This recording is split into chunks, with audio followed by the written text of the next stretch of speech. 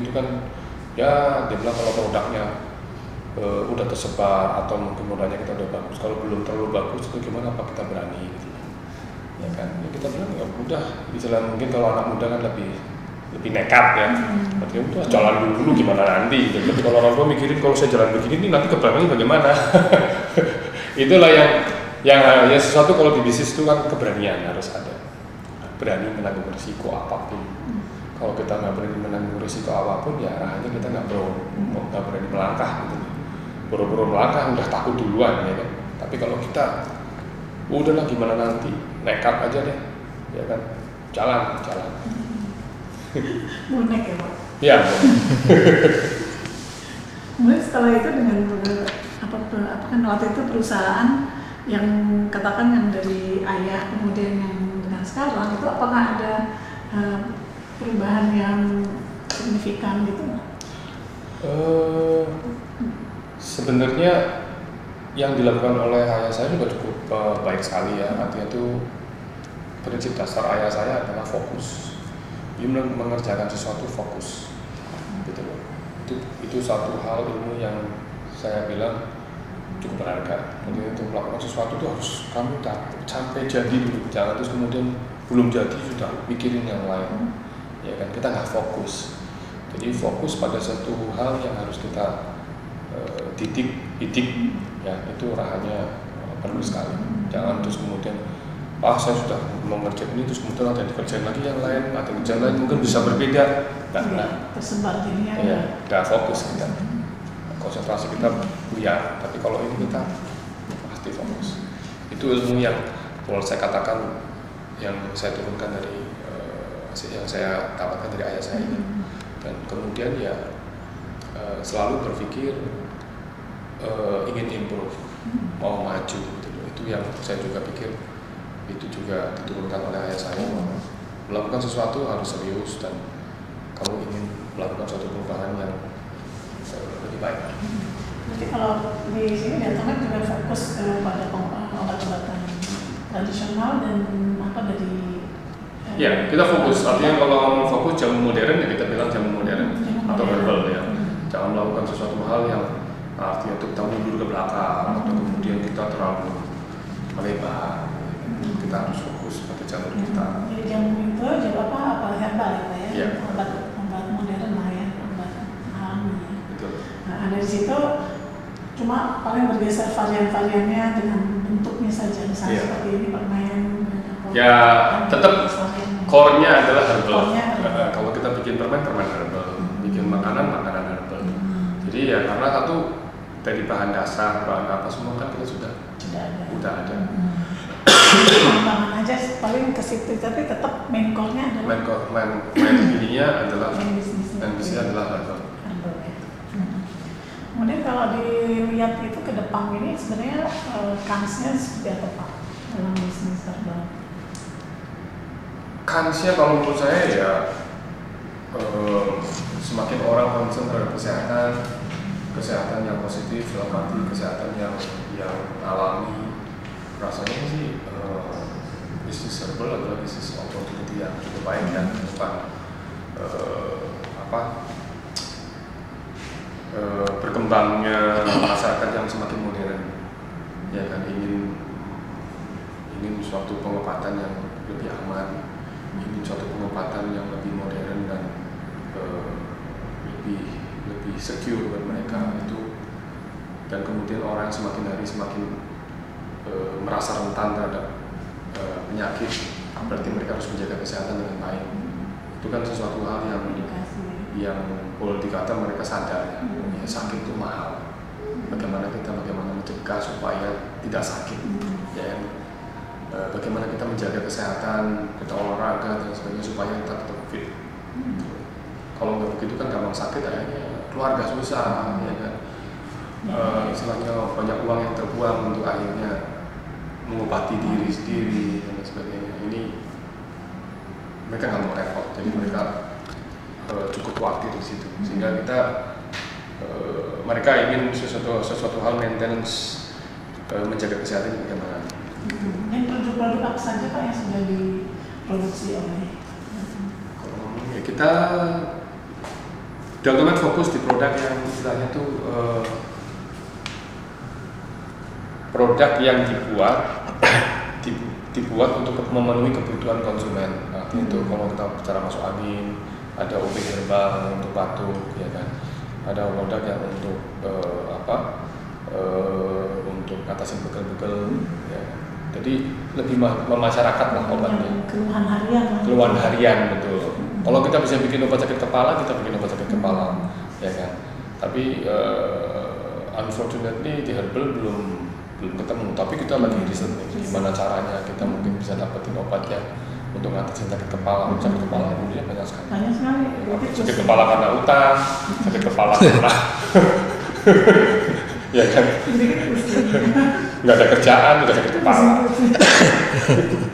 Jadi mungkin nanti berarti di sini juga peran dari research and development di sini sangat krusial ya Pak? Ya, saya rasa setiap perusahaan lah ya, pada intinya departemen research and development ya. Kalau kita bicara ngomong riset itu sesuatu hal yang harus kita lakukan. Artinya baik itu riset secara kecil maupun riset secara besar. Ya. Kemudian development itu ya develop menjadi produk yang tetap semakin baik, semakin baik, semakin baik, semakin baik. Gitu. Itu harus dilakukan dan departemen itu harus serius. Siapa tahu nanti ketemu ya Pak obat pusing tadi ya. Iya, siapa tahu nanti ketemu dari herbal ya kan. Selama ini kan dari paracetamol atau apa ya kan, sekarang dari herbal mungkin bisa lebih baik. Iya. Kemudian kalau bahan bakunya ini kan dari alam ya Pak ya. Dengan kondisi ekstrim yang ada saat ini apakah ada yang dilakukan untuk kondisi maksudnya ekstrim alam cuaca dan segala itu kan mempengaruhi tumbuhan ya Pak ya. Iya. Sementara ini kan kalau herbal itu kan dari alam gitu. Kita sangat concern sih ya, artinya itu untuk lingkungan. Saya sendiri pencinta alam, perusahaan pun ya akhirnya harus tahu bahwa kita core-nya itu dari penggunaan alam ya. Ya kita tetap harus bagaimana yang namanya source-nya kita dari alam ya, sudah tentunya kita harus menjaga keutuhan alam.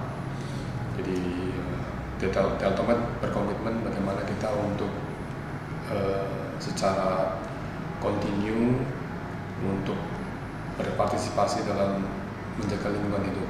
Gitu. Karena bahan-bahan kita source-nya di alam. Nah, yang kita tahu kalau alam nggak seimbang, akhirnya iklim pun terganggu. Kalau terganggu, juga akhirnya buntutnya terganggu pasokan bahan baku kita, ya kan. Contohnya mungkin yang paling nyata itu seperti kayak pasak bumi. Pasak bumi itu kan sebenarnya source-nya berasal dari hutan, ya kan. Kita nggak bisa tanam pasak bumi begitu aja, ya itu ada di hutan karena mereka tumbuh liar. Nah ternyata kan hutannya kan semakin lama semakin habis, pasokan kita semakin tipis, gitu loh. Kita sedih juga gitu loh, gimana kalau sampai habis benar-benar, ya kan. Nah ini kita harus bagaimana caranya ikut berkampanye supaya alam ini bisa terus dijaga, tidak punah gitu loh. Ya kan? Berarti CSR-nya juga berlingkup di ya kita perannya kecil sekali lah artinya itu, tapi daripada tidak berperan sama sekali, ya kan lebih baik kita ikut berperan meskipun kecil gitu loh. Ya kan. Setidaknya kita memberikan sesuatu spirit bahwa ya memang harus kita jaga gitu alam. Gitu. Ya. Dan itu kalau di sini CSR-nya sendiri atau di Deltomed itu lebih ke maaf, kalau itu ada kan pasti ada kaitan dengan petani ya. Para petani ini kan yang menanam bahan baku untuk obat untuk herbal itu. Ya kalau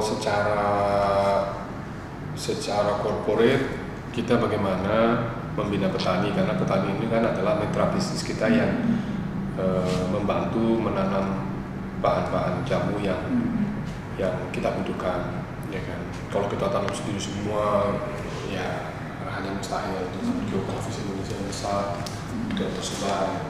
Jadi kita bermitra dengan petani ini kan kita harus titik mereka kita bina, ya kan, supaya mereka itu bisa punya knowledge yang lebih baik. Kita didik mereka supaya menanam dengan free pestisida, free logam berat, ya kan, terus kemudian menggunakan pupuk organik. Kenapa ya? Itulah tuntutan kita kepada mereka supaya mereka jangan terus kemudian menanam dengan harus pakai pestisidanya yang terlalu berlebihan atau mungkin benar-benar sangat menggunakan pestisida ya. Jadi karena di level nanti di lab dan ini requirement dari Badan POM ya harus pestisida free, ya kan. Terus kemudian pupuknya harus pupuk organik karena jangan mengandung pupuk yang kimia atau gimana gitu, karena mereka kontrol. Ya, kalau ini nggak masuk, tapi jangan terus kemudian kita arahkan mereka yang kita didik, ya kan. Kita harus punya bekerjasama dengan perusahaan pupuk yang organik. Oke, kita kasih mereka tanam itu dengan pupuk organik. Pestisida organik, dalam arti pestisida yang dari herbal ada, gitu loh. Nah, kita bekerjasama dan kita kasih ke petani. Jadi melindungi alam lah. Ya. Nah itu sesuatu hal yang membuat badan kita semakin maju ya. Jadi kita menggunakan ini malah sekarang jauh lebih murah daripada itu. Mereka juga sehat, nyempol memang nggak sakit mereka ya kan. Gitu. Dan tampaknya ya cukup baik mereka, jadi jauh kelihatan lebih sehat. Nggak ada yang dulu waktu bilang saya keluarga suka sakit-sakit tanpa itu ya kan. Sekarang mereka nggak ada yang sakit-sakit. Karena pestisida itu kan. Iya. Berarti di sini Batomet juga mengajak bukan hanya lulusan untuk domestik untuk diri sendiri, tapi juga mengajak lingkungan ya sekitar ya, termasuk para petani ini yang menjadi mitra ya. Betul. Ya, petani yang kita jadi mitra, terus kemudian kan dampaknya buat mereka kan cukup baik. Kalau mereka kita didik supaya gimana menanam ini dengan lebih luas lagi, ya, pendapatan mereka lebih banyak. Dan intinya ya ini bisa segi secara ekonomis bertambah cukup luas lah. Kalau bahan bakunya itu kan dari dalam negeri atau ada yang impor? Hampir 90% kita lokal. Ya, 10% mungkin kita pakai kayak ginseng. Ya, mungkin sebagian minyak peppermint atau apa kayak gitu kita ambil dari luar. Oh gitu ya. Selebihnya kita kalau bisa lokal kan satu lebih murah. Yang kedua membantu petani, ya kan. Yang ketiga ya memang kita ahlinya di herbal Indonesia. Gitu. Iya, kalau kita beli dari luar kan jatuhnya lebih mahal. Kita bergantung kepada luar ya kan. Ini kan yang di dalam kalau itu ya sebisanya sih. Sebisanya Indonesia. Kalau bisa 100%. Iya. Kemudian kalau sebenarnya ada tuntutan nggak sih Pak kalau obat herbal itu yang ada semacam standarisasi gitu? Oh iya dong. Kalau namanya obat herbal ada standarisasi. Artinya kalau kita bicara herbal itu ada tingkatan satu jamu, yang kedua obat herbal terstandar atau HT, terus kemudian satu lagi fitofarmaka. Ya, ada beberapa produk kita yang sudah OHT, ada yang menuju ke fitofarmaka. Jadi tingkatannya itu lebih tinggi lagi, lebih tinggi. Persyaratannya juga ya. Persyaratannya uji klinis, uji toksisitas dan sebagainya yang kita harus lalui gitu.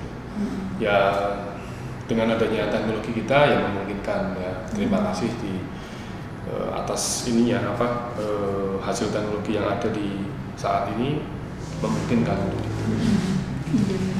Jadi mungkin lah untuk bisa meningkatkan kualitasnya itu. Dan sekarang kalau aplikasinya apakah ada juga yang sudah diterapkan gitu Pak, dikatakan pengobatan konservatif ya, kalau misalnya di rumah sakit atau apa gitu? Bagaimana Pak? Apakah? Jangan ada kerjasama dengan rumah sakit yang rumah sakit seperti yang menggunakan herbal.